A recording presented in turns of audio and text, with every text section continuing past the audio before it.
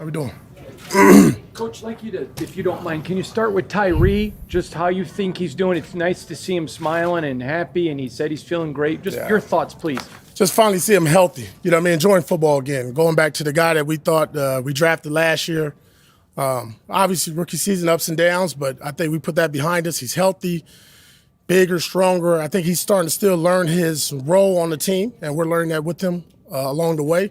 But I think, obviously a dynamic player that I think it has two good veterans in front of him to learn from, in Malcolm and Max. And you see that growing process both on the field and in the classroom. And that's something I think is going to continue to grow in training camp and as we go into the season. Antonio, there was a moment in Tuesday's practice, first padded practice, where DJ Glaze has to go in there and play in a moment's notice. How did you feel like the rookie held up in that situation? He showed up. He showed up in a big way. I mean, didn't blink, didn't flinch. Mumford went down and he popped in there and, first rep against Max. Okay, that's always going to be tough. But as the practice went on, you just saw a guy growing.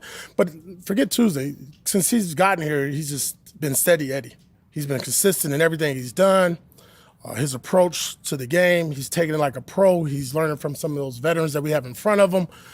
Doesn't say a lot, but he's out here working there each and every day, and he gives his best foot forward each and every day. You see it. You see growth and improvement. Now what does that translate onto the field? We'll still find out, but I think you have to be excited about where he's going and just his approach. What's the plan with O'Connell and Minshew for the scrimmage tomorrow night? Oh, they'll split reps just like we've been doing. Everything will be split reps all the way up until, to answer that question, even going into Minnesota. Everything will be 50-50. I know you're probably not going to give a name or anything like that, but in your eyes, has anybody nudged ahead of the other in that competition yet? No, I think we're all watching the same thing. I thought Gardner had a really good practice the other day, made some really good throws, good control, good in operation. I thought Aiden made some play. There were some drops here as well. But I don't want to get caught in an emotional game. That's like a roller coaster ride. We're going to look at the body of work. Again, there's not really a date or anything that we stamped, but we're looking to build on back-to-back days. Right? It'd be good to see Gardner go out there, have another good day, and then Aiden pick it up. So that's what we want to see from just not our quarterbacks, our team. What are you seeing as far as the running backs and third down? As far as is it wide open that role right now, or? I think that's wide open everywhere on our team. I'm honest, I keep saying it's competition. I know it's kind of cliche, but it's true. Like we got guys that played in the league, guys that haven't played in the league, rookies, guys that's showing up, and I think everybody's that's getting an opportunity, they're making the most out of their opportunity. I mean, there's some rookies there that we see flashing. And I think Zamir's gotten better, even into late last season.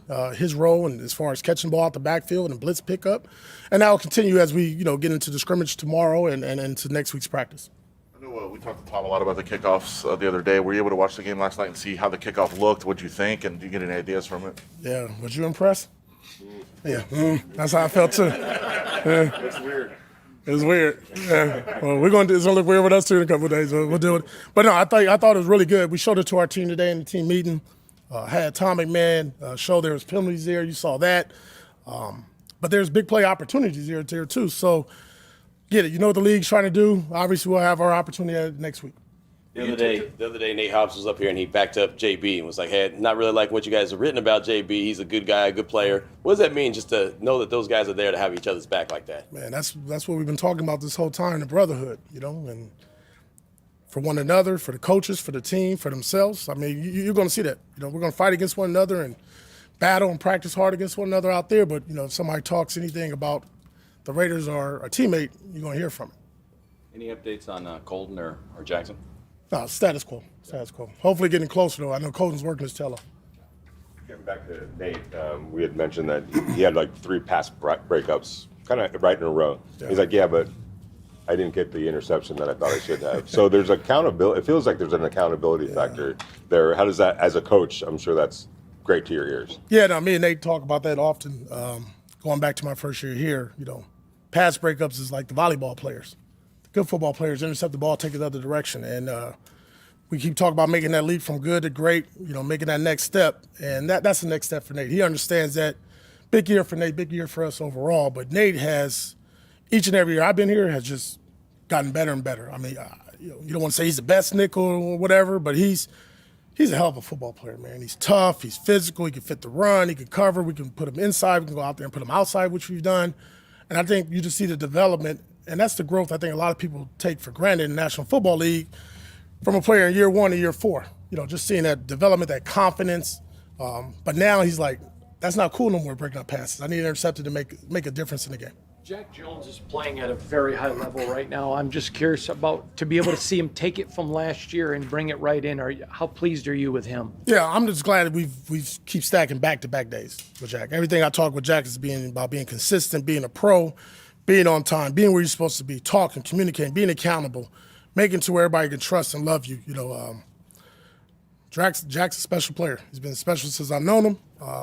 And when Jack is in a good place, the Raiders are in a good place. You and others have mentioned Dylan Laube. We've seen what he's done with the ball in his hands. Is there anything that has surprised you about him? It's translating the film. Sometimes you watch film in college and say, man, well, the guy played in New Hampshire. Can he do that in the NFL? And then you come out here and it's like, wow, 9 on 7, whoo, pops. Blitz pickup, catching the ball out the backfield. Like he's working. And the thing about it, he doesn't, it's not flashy. If you don't really watch practice closely, you might miss him here and there. But if you really watch the body of work, again, going back to just even DJ Glaze, you're talking about these rookies just being consistent. That's hard to do at this age because you're getting a little bit tired. They've been training since January of this year, getting ready for the league, and now they got that opportunity, and he's making the most out of it. One other rookie, Eichenberg, he dropped perfectly on his own and then got his hand up on the ball and would have been a completion. When you see a linebacker that kind of has the savviness to make that kind of a play. Yeah, you see my smile like that. You see linebacker play like that. That's fun to watch. Tommy is interesting, right? Didn't run a 40.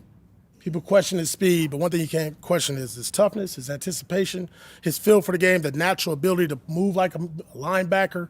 He sees the game well. I mean, he's come out, and it's funny because he sung Pop Smoke for his rookie little dinner the other day, intro, and that was interesting song topic. But, I mean, he has a little confidence about him. He got a little swag about him. It's like, cool, to watch that. But Tommy has really done a really good job of studying the game of football. I think Spill and Mike Caldwell have done a great job of just putting that extra work in before practice and after practice and then showing up. Is he strictly a Mike, or do you think you could do some things with him on the outside? I think what happens when you see a rookie doing well, you do too much with him right away. Leave him at Mike linebacker, then we'll adjust from there. Okay. Coach, can I ask the last one? Sorry. Yep. Personal question for you. I know you reposted this great black and white photo, and your quote said, "I was born a Raider." Big, bold, simple statement. As a fan first, what does that mean? What does that embody to you? And what have you learned about yourself as a Raider? Yeah, I mean, like I said, grew up 30 minutes down the road from here. Grew up, rocking silver and black, watching the Raiders play in the Coliseum. I go back to my very first time I ever spoke to the media. It's humbling and I'm honored. I don't take it lightly. I want to hopefully do something and be here and be consistent for this organization and put something and put a product out on the field that we're all proud of. And I just want to win. Just win, baby. Yeah, just win. Thank you. Thanks, Pat.